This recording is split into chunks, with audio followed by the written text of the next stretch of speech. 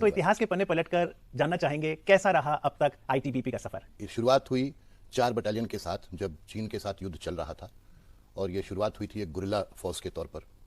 उसके बाद कालांतर में फोर्स का जो स्वरूप था वो बदलता चला गया और वो एक पारंपरिक सशस्त्र बल की तरह बन गया।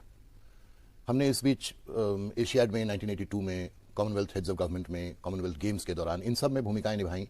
फिर 80-90 के दशक में हम बैंक सुरक्षा में भी डिप्यूट हुए। कालांतर में हमारा रोल मूल रूप से बॉर्डर गार्डिंग फोर्स का रहा। हमारी शुरुआत हुई उत्तराखंड और हिमाचल प्रदेश से, जहां पर चीन सीमा पर हमारा बल तैनात था। फिर किन्हीं कारणों से लद्दाख हमको सौंपा गया और 2004 में अरुणाचल प्रदेश और सिक्किम का भी जो इलाका है चीन सीमा का, वो भी हमको सौंप दिया गया। लंबा इतिहास है और उसमें किसी एक पल को चुनना बहुत महत्वपूर्ण कहना थोड़ा कठिन होगा। लेकिन जैसा आपने कहा कि प्रमुख भूमिका बॉर्डर गार्ड करने की है, तो यदि हम लेह लद्दाख के काराकोरम पास से अरुणाचल के जयचपला के 3,500 किलोमीटर सीमा की बात करें, तो जो भारत और चीन की सीमा है, यहाँ पर अलग चुनौतियां, कठिनाइयां किस तरह की आती हैं आपको? देखिए, ये एक उत्तर पश्चिम में जो हमारा क्षेत्र है वो बेसिकली कोल्ड डेजर्ट है। लद्दाख का जो पूरा इलाका है, वहाँ ऊंचाइयों की तो हमारे यहाँ बहुत ज़्यादा महत्ता नहीं रह गई है, बिकॉज 10-1 हज़ार से तो हमारा कार्य क्षेत्र प्रारंभ ही होता है।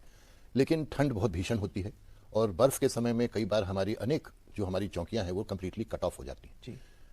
अभी भी 172 जो हमारी चौकियाँ काम कर रही हैं, उनमें से 75 ऐसी हैं जो सड़कों से जुड़ी हुई नहीं हैं, और 44 तो ऐसी हैं जहाँ पर कि बिना हेलीकॉप्टर के ना तो लोग भेजे जा सकते हैं, ना रसद भेजा जा सकता है, ना ईंधन भेजा जा सकता है। तो मुश्किल है टेरेन। और दूसरा नॉर्थ सिक्किम फिर वैसा ही है, बहुत ज़्यादा डेसोलेट टाइप का, कोल्ड डेजर्ट टाइप का क्लाइमेट है। दूसरे एक्सट्रीम पर अरुणाचल प्रदेश है, जहाँ पर के घने जंगल हैं और बारिश बहुत ज़्यादा होती है, 6 महीने 7 महीने लगातार बारिश होती रहती है। तो इन दोनों टेम्परेचर एक्सट्रीम्स के बीच में हमारे लड़के काम करते हैं। मगर एक जज्बा है आईटीबीपी का जो बुलंदी के से हटने को तैयार नहीं। थोड़ा बताइए, जो दुर्गम पहाड़ियां, दुर्गम परिस्थितियों का आपने उल्लेख किया, कैसे आप डीजी होने के नाते ये सुनिश्चित करते हैं कि सभी जवान इन परिस्थितियों में अच्छी मानसिक सेहत रखें? काम करने की परिस्थितियों में बदलाव आ रहा है। जब सड़कें बहुत कम हुआ करती थी तो लोग कई महीनों तक एक ही जगह पड़े रह जाते थे। अब हमारा प्रयास रहता है कि 3 महीने से ज़्यादा किसी को बहुत हाई एल्टीट्यूड पर न रखा जाए। जैसा आप जानते हैं, 9,000 से 18,500 फुट तक की ऊंचाइयों पर हमारी बीओपीज़ हैं, तो खास करके जो 12,000 के ऊपर वाली बीओपीज़ हैं उनमें ज़्यादा परेशानी होती। तो वहाँ के लोगों को हम प्रयास करते हैं कि चेंज ओवर होता रहे। सड़कों के कारण इसमें अब कुछ सुविधा हुई है, मगर अभी भी ठंड की परेशानी बहुत ज़्यादा रहती है। और एक बहुत बड़ी प्रॉब्लम जो सारे जवान फेस करते हैं, खास करके जाड़ों में, वो ये कि पानी हमेशा जम जाता है। तो पानी जम जाना सुनना बड़ा सरल लगता है, लेकिन अगर आपको ऐसे स्थान पर रखा जाए जहाँ तरल पानी हो ही ना, तो जो मुसीबतें होती हैं उनका सिर्फ आप अनुमान लगा सकते हैं। पीने को पानी नहीं, मुंह हाथ धोने को पानी नहीं, कपड़े धुलने का प्रश्न नहीं उठता, शौच करने के लिए पानी नहीं। तो ये एक बहुत बड़ी समस्या है। दूसरे के परिवार से लंबे अरसे तक दूर रहना और कभी कभार टेलीफोन पर घर से बात हो जाने के कारण घर की जो परेशानियां हैं, जो मुसीबतें हैं, वो भी चली आती हैं आपके जीवन में। आमतौर पर जब जवान कोई घर फ़ोन करता है तो इस उत्साह के साथ फ़ोन करता है कि परिवारजनों के साथ कुछ प्यार की बातें होंगी, कुछ मिठास की बातें होंगी, मगर उनके साथ साथ जो कड़वाहट है, जो वहाँ की परेशानियां हैं, वो भी उसके हिस्से चली आती हैं। लेकिन मैं जिज्ञासा पूर्वक जानना चाहूंगा, दिल्ली जैसे महानगरों की अगर हम बात करें तो हम पल पल मोबाइल से जुड़े हैं, स्मार्टफोन का ज़माना है, इतनी ऊपर ऊंचाई पर 9,000 से लेकर 18,000 फीट तक, तो क्या वहाँ उनके पास संचार संवाद के क्या साधन रहते हैं? अब हमारा प्रयास है कि लगभग 125 मोबाइल टावर BSNL ने स्वीकृत किए हैं और उनके लिए पैसे भी हम उपलब्ध करा रहे हैं। ये टावर जब लग जाएंगे तो कम से कम हमारे कैंपस में कनेक्टिविटी हो जाएगी। लेकिन अभी हमने कुछ विशेष व्यवस्था करा रखी है टेलीफोन की, जिन्हें हम DSPT सेट कहते हैं, और उनके माध्यम से हम जवानों को कुछ दिनों के बाद थोड़े समय के लिए बात करने देते हैं। और वैसे में अगर कोई मानसिक उलझन हो जाए, ऑक्सीजन की कमी हमेशा रहती है और उसी में काम भी करना पड़ता है, भूख बिल्कुल मिट जाती है, खाने का जी नहीं करता है, तो ऐसे में मानसिक तनाव स्वाभाविक है।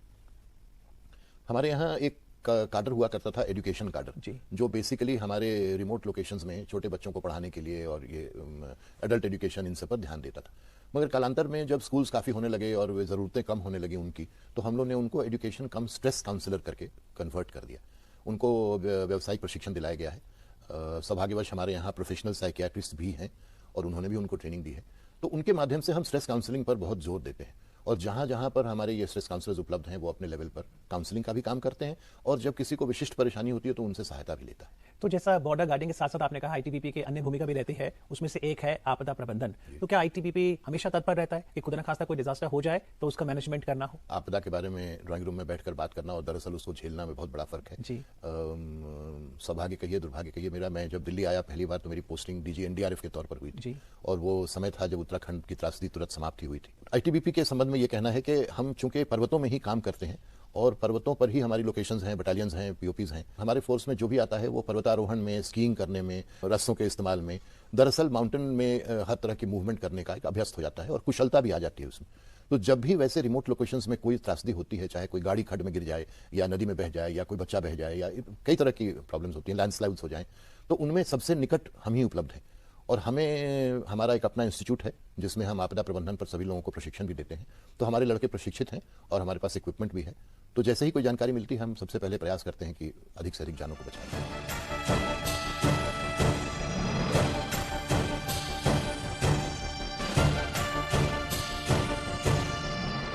क्या बदलाव देखा है मुख्य तौर पर आपने पुलिस बल में?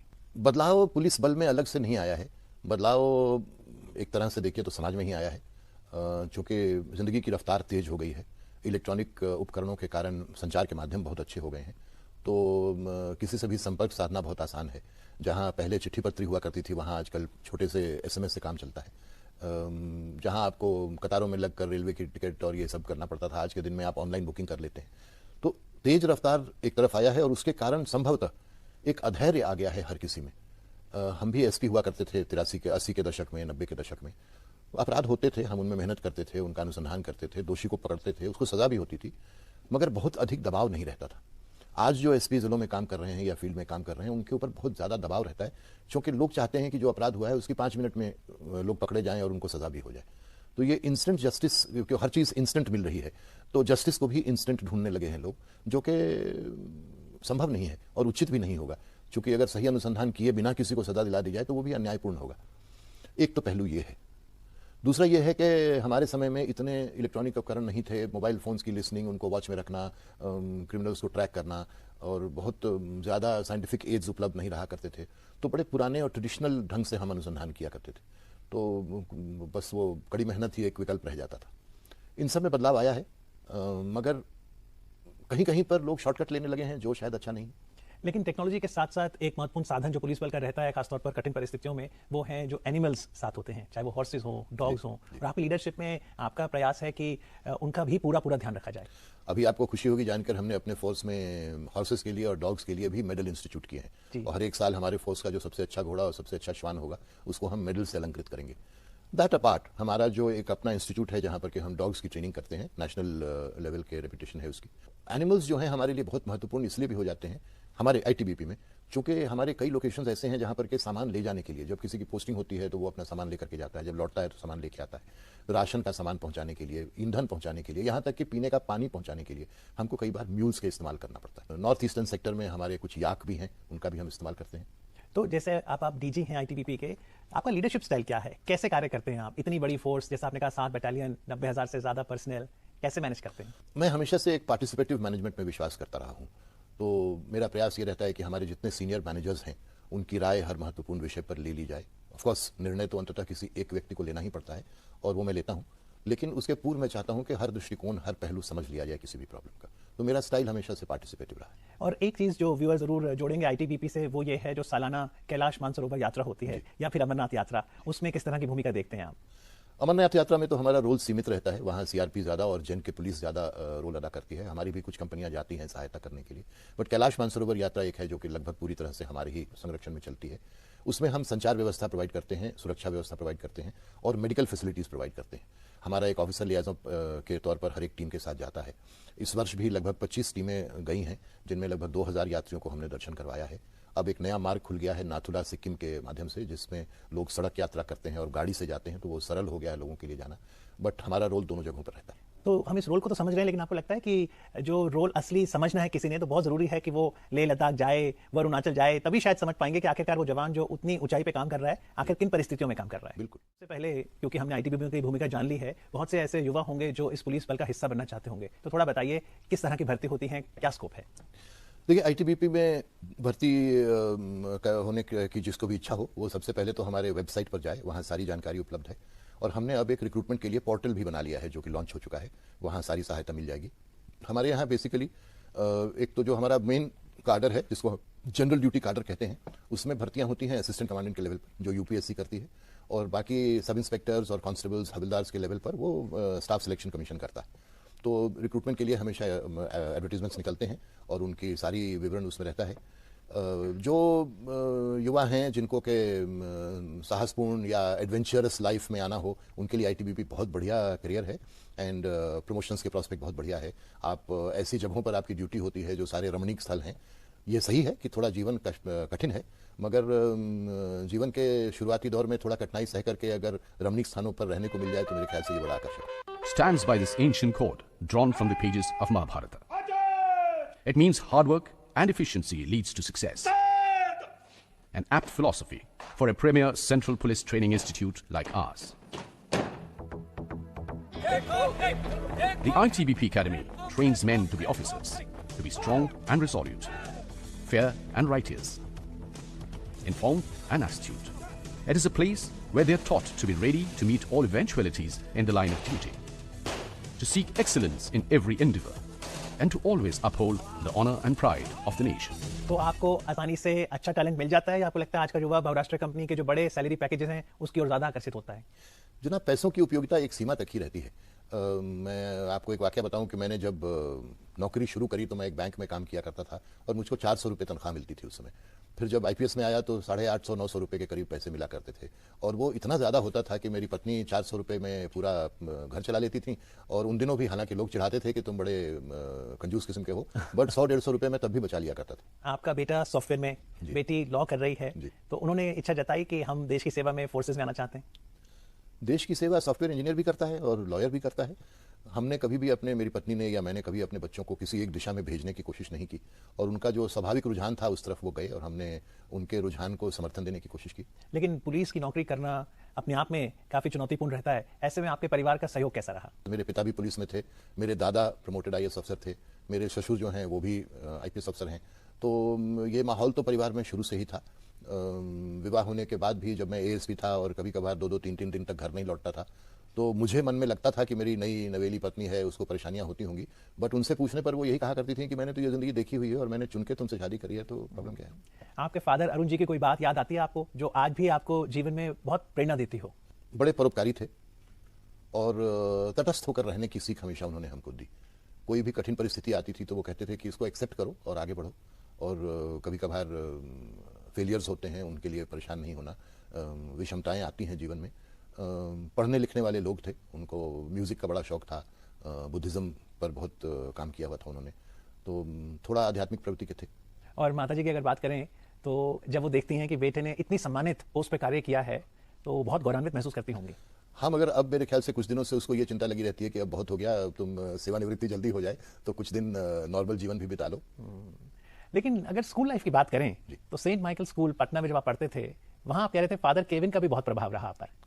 देखिए, ये बात तब की है, दरअसल सेंट माइकल्स नहीं, उन दिनों में सेंट जेवियर्स में पढ़ा करता था। सेंट जेवियर्स में मैंने 7वीं 8वीं और क्लासेस पढ़ी, तो उन दिनों में कुछ पढ़ने में शायद कमज़ोर था और ख़ास करके जी नहीं लगता था खेलने में और इस तरह की धमा चौकड़ी में ज़्यादा ध्यान रहता था। तो एक टीचर हुआ करते थे फादर केविन क्लेरी, जो हम लोग को, जो हमारे इंग्लिश के टीचर थे, और एक उन्होंने मुझको अभी तक स्मरण है कि एक एक्सरसाइज दिया था, एक ऐसे लिखने को हम लोग को, और उस ऐसे को जब मैंने मेहनत करी थी, मगर जब उन्होंने उसको पढ़ा और उसकी पूरे क्लास के सामने तारीफ़ की और मेरे पीठ पर हाथ रखकर उन्होंने शाबाशी दी, तो मानो एक वो टर्निंग पॉइंट था जीवन का, जबकि मुझको लगा कि अगर थोड़ी मेहनत की जाए तो सफलता ऐसी होती है जब आपके गुरुजन आपको अप्रिशिएट करें, और एक अच्छा लगा कि पूरे क्लास के सामने बड़ाई की गई। उसके बाद फिर मुड़कर कभी पीछे नहीं देखा और फिर क्लास के बीच में रहा करता था, धीरे धीरे ऊपर आता चला गया, और बाकी तो ईश्वर की कृपा रही। पटना विश्वविद्यालय के दिन की अगर बात करें, हमने शुरुआती तौर पर, हम लोग क्योंकि सीनियर कैम्ब्रिज से निकले थे, तो एक वहाँ स्पेशल आईए का प्रोग्राम होता था जिसमें हम कुछ दिन करने के बाद कैचअप कर लेते थे जो मैट्रिकुलेशन स्ट्रीम से आते थे उनके साथ। उसके बाद मैंने इंग्लिश ऑनर्स में बीए किया। वो जेपी मूवमेंट का ज़माना था तो परेशानियाँ होती थी, इम्तहान बहुत देर से हुआ करते थे, तो सही मायने में पूछे तो मेरा 1974 में ग्रेजुएशन हो जाना चाहिए था, मगर होते होते 2-2.5 साल एक्स्ट्रा लग गए। फिर एमए में एडमिशन लिया इंग्लिश में ही, और कोर्स पूरा करने के बाद सेंटअप हो गया था, तो एक व्याकुलता रहती थी कि अब ग्रेजुएट हो गए हैं, कुछ ना कुछ नौकरी मिलनी चाहिए। तो जहाँ जहाँ भी मौका मिलता था प्रयास करते थे कि जॉब मिल जाए। पर आपको उतनी कठिनाई क्यों आई, क्योंकि आप तो शुरू से ही मेधावी छात्र थे, बल्कि आपको तो नेशनल मेरिट स्कॉलरशिप भी मिली थी। जी, नेशनल मेरिट स्कॉलरशिप तो मिली थी क्योंकि ग्रेजुएशन में सेकंड पोजीशन था यूनिवर्सिटी में, मगर जैसा आज लगता है कि आज कंपटीशन बहुत ज़्यादा हो गया है, उन दिनों भी कंपटीशन कम नहीं था, क्योंकि एक तो कि माहौल नहीं हुआ करता था। और क्या कहूँ, आज के दिन में उस समय की सोच करके लगता है कि किताबें बड़ी मुश्किल से मिला करती थी, कोचिंग इंस्टीट्यूट्स का कभी नाम निशान नहीं सुना था। मैंने जब आकर यहाँ पर थोड़े दिनों एक कोचिंग इंस्टीट्यूट को ज्वाइन किया तो लोग हंसा करते थे मेरे ऊपर कि अब तेरे को कोचिंग की जरूरत पड़ रही है एंड सो ऑन। बट ईश्वर की कृपा ही रही, मैं कहूँगा, क्योंकि मेधावी तो छात्र मेरे साथ बहुत और थे जिनको अच्छी नौकरियां नहीं मिल पाई। तो आपने सिविल सर्विसेज की कब सोची? मेरी माँ अभी भी मुझको चिढ़ाती हैं, मैं बचपन से ही कहा करता था कि चाहे सब इंस्पेक्टर की नौकरी क्यों ना मिले, मैं जाऊंगा पुलिस में। ये वर्दी से प्यार था? जी, एक शुरू से पिता को देखा था, मेरे पिता बहुत हैंडसम लोग थे, और एक लगता था कि कई लोग उनके पास आया करते थे अपनी परेशानियां लेकर के, कभी हमारे गाँव से, कभी हमारे मोहल्ले से, और मैं उनको देखता था कि वो किसी न किसी तरह से उनकी मदद जरूर करते थे। ऑफिस में क्या होता था इसकी जानकारी तो मुझको नहीं है, लेकिन इतना ये एहसास होता था कि ये शख्स ऐसी जगह पर है जहां पर कि लोग रोते हुए आते हैं, तो ये उनके लिए कुछ मदद कर पाता है। तो एक मन में ये जज्बा था कि अगर मैं भी उनके चिन्हों पर चल पाऊं तो अच्छा रहेगा। आपने कहा आपके पिता वर्दी में बड़े हैंडसम लगते थे, हम व्यूअर्स को खासतौर पे फोटो दिखाना चाहेंगे, अरुण जी की वर्दी में फोटो। आपकी भी एक बहुत पुरानी फोटो है कॉलेज लाइफ ये से। फोटोग्राफ मेरे पिता की तब है जब वो जमशेदपुर जिले में एसपी हुआ करते थे, 1962-63 की बात है ये। जब आईटीबीपी 55वां स्थापना दिवस मना रहा है, आपको स्मरण है, ऐसे लगता है जैसे मानो कल की ही बात हो, तो समय बहुत जल्दी बढ़ जाता है, बहुत जल्दी लेकिन बीत यादें जाता रह है, जाती हैं। बहुत जल्दी बीत जाता है। बचपन के दोस्त, सर्विस में आने के बाद जो दोस्त बने वो आज भी दोस्त हैं, बहुत प्यारा मीठा संबंध है उनके साथ। लेकिन हम जब साथ बैठते हैं तो यूं लगता है जैसे कि अभी कल की तो बात है कि सर्विस ज्वाइन किया था। समय तो बीतता है तेजी से। शीला जी से पहली बार कब मुलाकात हुई आपकी? उनके पिता और मेरे पिता दोनों बैचमेट्स हैं। अच्छा, तो IPS। सर्विस में दोनों आईपीएस में बैचमेट्स थे। तो जब मेरा सिलेक्शन आईपीएस के लिए हो गया तो मेरे फादर इन लॉ उस समय में डिप्टी डायरेक्टर थे नेशनल पुलिस एकेडमी में। तो मेरे पिताजी ने उनको एक चिट्ठी लिख दी कि भाई बेटा मेरा जो है मेरे सलाह के खिलाफ जाकर आईपीएस में जा रहा है, तो ये ट्रेनिंग के लिए जा रहा है, जरा इसका ध्यान रखना। तो खैर ध्यान क्या रखना था, वहाँ तो ऐसी रगड़ाई होती थी कि उसमें मेरे ख्याल से उनका मेरे पिता की चिट्ठी लिखने के बाद शायद उन्होंने कुछ मेरी रगड़ाई ज़्यादा ही करवा दी। मगर उस प्रोसेस में क्योंकि बड़ा कठिन जीवन होता था, तो हम कुछ एक छोटा सा ग्रुप था हमारा। आज जो डायरेक्टर हैं एनपीए की अरुणा बहुगुणा जी, अभी तुरंत रिटायर हुए हैं, अब एडवाइजर हैं एमएचए में मिस्टर अशोक प्रसाद, और कई दोस्त थे। तो हम सब ने मिलकर यह तय किया कि हम एक प्ले करेंगे, थिएटर। और उस इत्तेफाकन जो हमने प्ले चुना उसमें कुछ महिलाओं की भी रोल्स थी, और हमारे बैच में सिर्फ एक अरुणा जी थी जो कि इंटरेस्टेड थी उस प्ले में भाग लेने के लिए। तो हमें 2-3 और कैरेक्टर्स की ज़रूरत थी। तो हमने फिर जाके फैकल्टी मेंबर्स के परिवारों से रिक्वेस्ट करी, और उस प्रोसेस में हमारी पत्नी जी भी तैयार हुई हमारे साथ उस प्ले में आने को। तो उस दौरान फिर भेंट होती गई, उनका भी रुझान था कुछ इंग्लिश लिटरेचर की तरफ, मैं लिटरेचर का स्टूडेंट था, तो फिर बात बढ़ती चली। और अब तो हमने देखा है कि आईटीबीपी की जो वाइफ्स एसोसिएशन है वो मिलकर हर साल आईटीबीपी का एक मेला भी करती हैं कि दूर दराज से जो आप अच्छी कोई चीज़ बनती है तो उसे आप महानगरों में लाएं, लोगों तक पहुंचाएं। जी, अभी कुछ दिन पहले ये मेला संपन्न हुआ है, मेरे ख्याल से 15 से 17 तारीख तक चला था। हमारे हर यूनिट में वेलफेयर सेंटर्स हैं जिनमें जो हमारे यूनिट कमांडेंट होते हैं या डीआईजी होते हैं उनकी पत्नी नेतृत्व प्रदान करती हैं, और जितने भी हमारे जवान हैं, अफसर हैं, उनकी पत्नियां उसमें भाग लेती हैं। तो हर जगह कोई ना कोई हुनर है, हर व्यक्ति में कोई ना कोई कौशल है, तो उसका विकास करने की कोशिश होती है। और नहीं कुछ तो साथ बैठकर कुछ दर्द बांट लेना, कुछ हंस लेना, एक ये महत्वपूर्ण पहलू रहता है। बट पिछले 1.5-2 वर्षों से जब से मैं यहाँ हूँ, मैंने देखा है आईटीबीपी में टैलेंटेड लोगों की बिल्कुल कमी नहीं है। और हमारे यहाँ चित्रकार हैं, हमारे यहाँ काश्तकार हैं, हमारे यहाँ बहुत अच्छे गायक हैं, और सिलाई का काम बहुत बढ़िया होता है। हमारे यहाँ देहरादून सेंटर में अब कारपेट्स बनने लगे हैं। तो इस तरह की जो टैलेंट्स, लेटेंट टैलेंट थी, उसको टैप करके, और वहाँ हम प्रयास ये कर रहे हैं कि कुछ मन लगाने के लिए और कुछ रोजगार के साधन भी बढ़ाने के लिए, कुछ परिवार का इनकम बढ़ जाए, इसके लिए ये सारे प्रयास हमारी जो वेलफेयर एसोसिएशन है, वाइव्स वेलफेयर एसोसिएशन, वो इसका ध्यान रखती है। और जैसा आपने बताया कि जो फोर्स के लोग हैं वो माउंटेनियरिंग में स्पेशलिस्ट हैं, तो बड़ा लाजमी है कि खेलकूद की अगर बात हो तो पर्वतारोहण में तो बहुत से पुरस्कार आपकी झोली में आए हैं। जी, बहुत खुशकिस्मत रहे हैं इस मामले में। मेरे ख्याल से 6 तो पद्मश्री मिले हैं हमारे माउंटेनियर्स को, और 12 टेंजिंग नॉर्गे के एडवेंचर अवार्ड्स मिल चुके हैं। और हर एक साल अभी भी हमने माउंटेन क्लाइंबिंग में खिताब हासिल किया है। इस अगले साल हमारा प्रयास है कि हम माउंट धौलागिरी पर पर्वतारोहण करें। हमारे पर्सनल ने माउंट एवरेस्ट को कई बार क्लाइंब किया है, 200 से ज़्यादा पीक्स अभी तक आईटीबीपियंस क्लाइंब कर चुके हैं। तो पर्वतारोहण तो हमारे मूल नेचर में आ गया है। और आप इनकरेज करेंगे खासतौर पर युवा जो ये कार्यक्रम देख रहे हैं कि वह भी माउंटेनियरिंग को अपनाएं, एडवेंचर स्पोर्ट्स को अपनाएं जीवन में? एडवेंचर तो एक ऐसी चीज़ है जो कि यौवन के समय में ऐसे ही आकर्षित करती है, बट कई ऐसे एडवेंचर स्पोर्ट्स हैं जिनकी सुविधाएं बहुत आसानी से नहीं मिल पाती। मैदानी क्षेत्रों में माउंटेनियरिंग के लिए या स्कीइंग के लिए या रिवर राफ्टिंग के लिए, इन सब के लिए तो अवसर मिलते नहीं, और इन सब में हमें विशेष महारत हासिल है। हमारा अपना स्कीइंग और माउंटेनियरिंग इंस्टीट्यूट है, हमारे जो राफ्टिंग के एक्सपर्ट्स हैं, हमारी शिवपुरी में अपनी यूनिट है। तो जो नए लड़के हमारे पास आते हैं वो उनमें से जो रुचि दिखलाता है, माउंटेनियरिंग तो हम सबको सिखलाते हैं, स्कीइंग भी सबको सिखलाते हैं, मगर राफ्टिंग या ऐसी जो स्पेशलिस्ट ये हैं विधाएं हैं, उनमें जो रुचि दिखलाता है उनको हम एक्स्ट्रा ट्रेनिंग देते हैं। इससे पहले मैं दूसरी ब्रेक लूं, मैं आपसे जानना चाहूंगा कि आप जब खाली समय मिलता है, ब्रेक लेते हैं, तो क्या करना पसंद करते हैं? पढ़ने का शौक है और पुराने फिल्मों के संगीत गाने सुनता हूँ।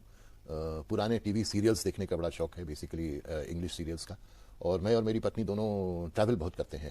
हमारी एक लालसा है कि ज़्यादा से ज़्यादा जगहों को देख पाएं। और आपके पोते का जिक्र ना हो तो हो नहीं सकता।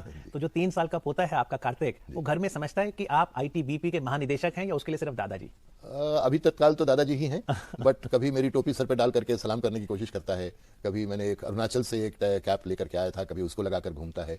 और सबसे अच्छा लगता है जब घर लौटता हूँ तो स्वागत करने को हमेशा बाहर खड़ा रहता है। तो जैसा आपने कहा कि माताजी कहती हैं कि कृष्ण अब सेवानिवृत्ति के बाद घर बैठो, क्या करना चाहेंगे आप? किताब लिखना चाहेंगे? अभी सोचा नहीं, मगर एक तो बड़ी प्रबल इच्छा है कि हिंदुस्तान में बहुत कुछ बचा रह गया है देखने को। तो जब तक शारीरिक रूप से सक्षम हूँ तब तक घूमने की बड़ी इच्छा है। बहुत किताबें खरीदता चला गया, जिनमें से आधे से ज़्यादा मैं पढ़ नहीं पाया हूँ, वो जमा होती गई हैं, उनको पढ़ना है।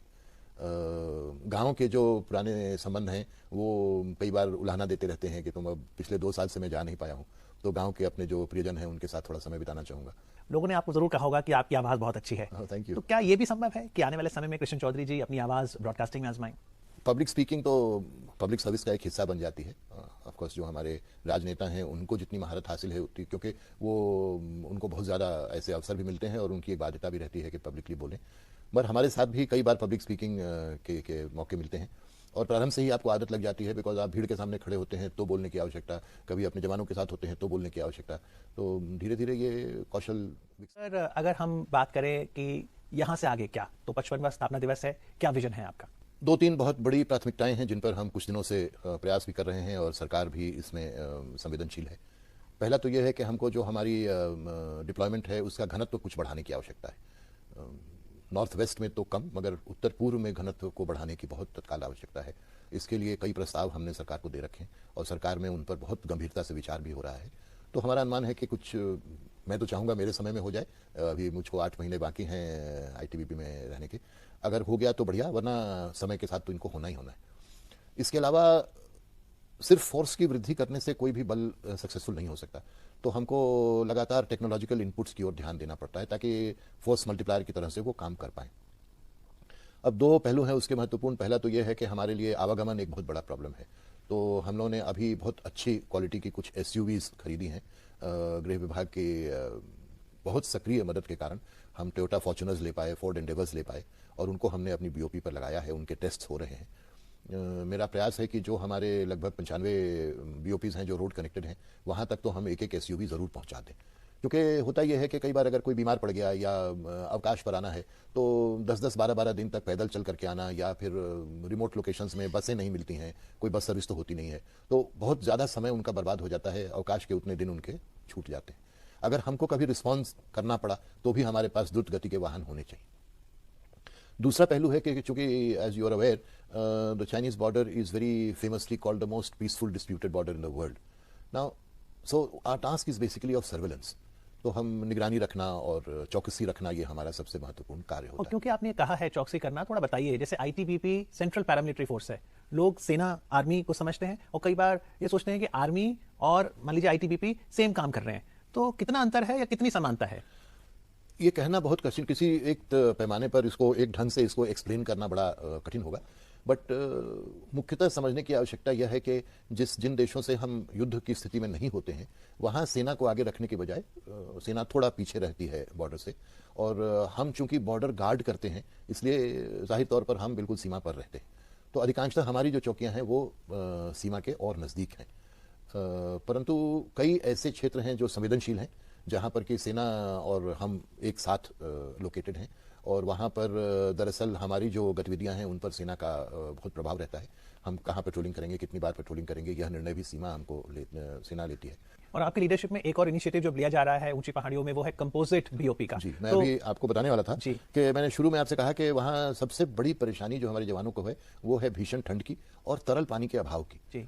तो मैंने जिस दिन से ज्वाइन किया और पहली बार जब अपनी बीओपीज पर गया तो वहाँ देखने के बाद ये एहसास हुआ, आप विश्वास नहीं करेंगे कि लगभग जितने टॉयलेट्स हैं हमारे उन सबको तोड़कर उनके पैन्स बदलने पड़ते हैं हर साल, क्योंकि वो चोक कर जाते हैं और पानी गलाकर उसको मेल्ट करके पीना पड़ता है। उसमें थोड़ा हाइजीन की इश्यूज आती हैं।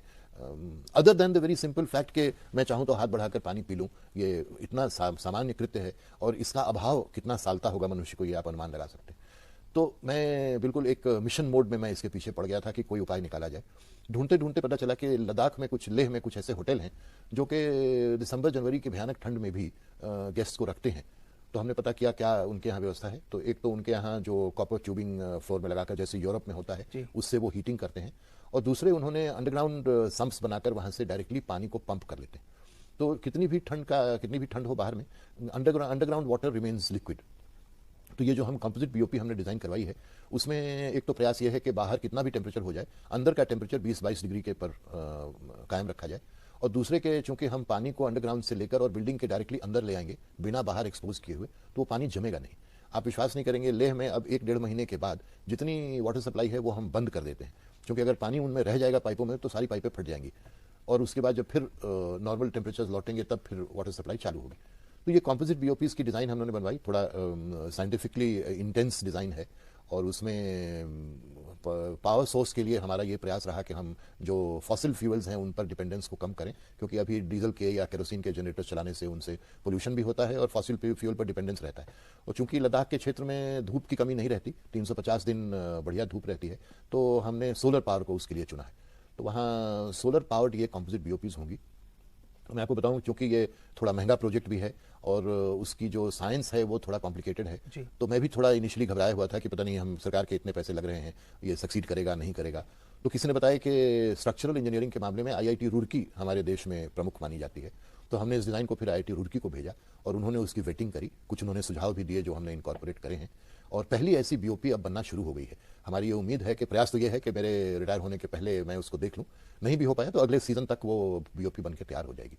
और ये अगर सक्सीड कर गया तो बहुत बड़ा बदलाव आएगा हमारे जवानों के वर्किंग कंडीशंस में, बिकॉज काम के समय में चाहे कितनी भी परेशानियां हो, जब आदमी घर लौटता है, मतलब शाम को जब वापस लौटे, तब चाहता है कि कम से कम कुछ चैन मिले, तो आदमी सामान्य कपड़ों में आ सके, जब जरूरत पड़े तो शौच कर सके, अगर स्नान कर पाए तो बहुत बढ़िया, बट कम से कम मुंह हाथ तो धो पाए, खाना पकाने के लिए, पीने के लिए, इन सब के लिए तरल पानी उपलब्ध हो जाए।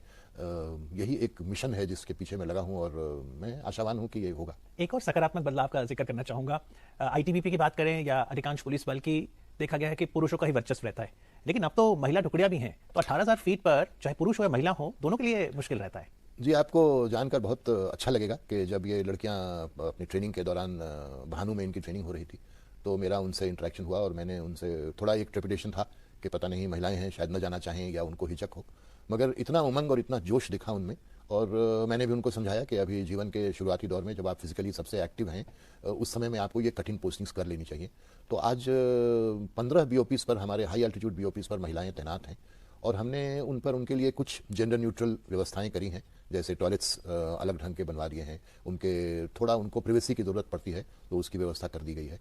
बल्कि हमने तो अब अपने आईटीबीपी में जितने भी भवन बन रहे हैं उन सबको जेंडर न्यूट्रल बनाने की कोशिश करी है, और हमारे डिज़ाइन में जो आवश्यकता थी परिवर्तन की वो हमने कर दिया है, ताकि कल को जब ज़्यादा संख्याओं में महिलाएं आएँ तो उसके लिए फिर भवनों में कोई स्ट्रक्चरल चेंज ना करना पड़े। चलते चलते चौधरी साहब, बताइए, नेशनल सिक्योरिटी की तो हमने बात की, लेकिन ओवरऑल सिक्योरिटी इंडस्ट्री भारत में आपको लगता है बहुत बढ़ेगी? क्या प्राइवेट सिक्योरिटी का भी बहुत बढ़ता रोल देख रहे हैं, और इसलिए आप आग्रह करेंगे कि best of the brains are invited to the security sector? Police का जो ट्रेडिशनल रोल था वो धीरे धीरे इतना उलझता चला जा रहा है कि अब जो ट्रेडिशनल रोल्स हैं उनके लिए ही हमारे पास मैन पावर की कमी होती जा रही है।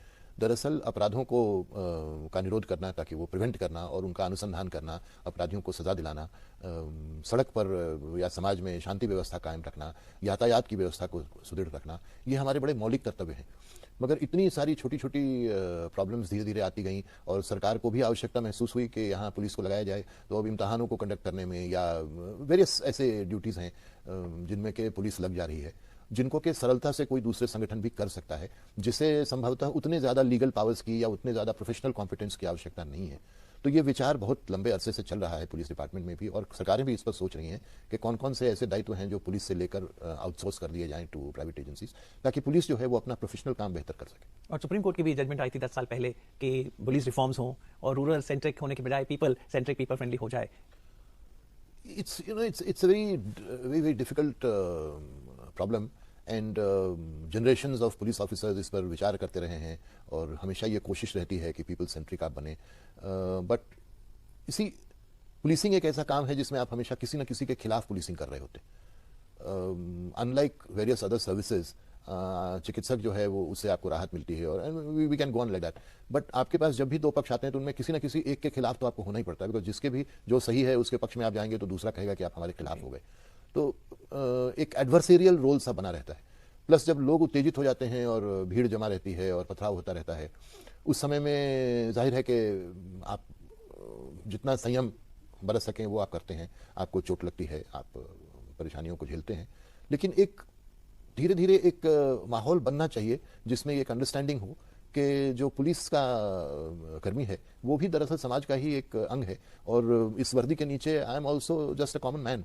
तो यह उम्मीद रखना कि हम दूसरे जो एरियाज हैं लाइफ में उनमें हम बहुत कॉम्प्रोमाइज़ करने को तैयार हो जाते हैं, लेकिन पुलिस को हम हमेशा चाहते हैं कि वो लंदन की बॉबी की तरह से प्रोफेशनल भी हो और सज्जन भी हो और सौम्य भी हो, होना चाहिए, निस्संदेह होना चाहिए। मगर एक ही कुएं में से अगर आप 10 बाल्टी पानी निकालें तो ये उम्मीद करना कि 5-6 बाल्टियां अगर खारे पानी की भी हों तो 5-7वीं बाल्टी जो है वो मीठी निकले, ये थोड़ा अनयूजुअल है। और सिविक डिफेंस की ओर भी हमें जाना होगा, जो सिविलियंस हैं उन्हें भी हाथ देना होगा जहां तक सुरक्षा की बात है। Awareness is growing. The media is playing a very important role. Newspapers are playing an important role. और टीवी पर दूसरे देशों में क्या हो रहा है, दूसरे राज्यों में क्या हो रहा है, उसको देखकर लोग चेंज कर रहे हैं। बट उसके साथ साथ उम्मीदें भी बढ़ रही हैं, अपेक्षाएं भी बढ़ रही हैं, आकांक्षाएं बढ़ रही हैं। तो जैसा मैंने कहा कि उन सब के कारण एक अधैर्य भी बढ़ता चला जा रहा है। बट पुलिस एक बहुत रोबस्ट ऑर्गेनाइजेशन है, हम हर समाधान निकालेंगे।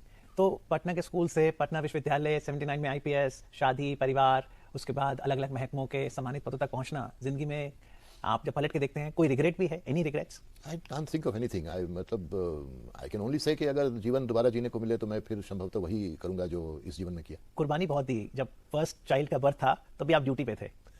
ये तो अब आप सरकारी नौकरी में, मैं कहूं कि सिर्फ पुलिस वाले के साथ होता है, ऐसा नहीं है। सरकारी नौकरी में कई बार ऐसी आवश्यकताएं आ जाती हैं जिनके कारण आपको पारिवारिक जिम्मेवारियों को थोड़े देर के लिए होल्ड पर रखना पड़ता है, लेकिन उतना भी कठिन नहीं है और आपका परिवार भी धीरे धीरे अभ्यस्त हो जाता है। तो 24 अक्टूबर 1962 आईटीबीपी का गठन हुआ। आज 24 अक्टूबर 2016, 54 साल पूरे हो गए, 55वां स्थापना दिवस है। बहुत से लोग आपको देख रहे हैं, आईटीबीपी के हिमवीर भी देख रहे हैं, क्या संदेश देना चाहेंगे? अडिग रहें अपने कर्तव्य के मार्ग पर, निष्ठावान रहें, धैर्य रखें और ऑप्टिमिस्ट रहें। हर किसी परिस्थिति में कुछ ना कुछ अच्छा होता है, और बुरा समय जब आता है तो ज़्यादा परेशान नहीं होना चाहिए, ज़्यादा हताश नहीं होना चाहिए, और दृढ़ता के साथ भविष्य का सामना करना चाहिए। और यही शौर्य, दृढ़ता और कर्मनिष्ठा आदर्श मूल्य हैं आईटीबीपी के। आज आईटीबीपी पर और आपके व्यक्तिगत जीवन पर बात करके कृष्ण जी बहुत ही आनंद आया। Thank you very much. Thank you. जय हिंद। नमस्कार।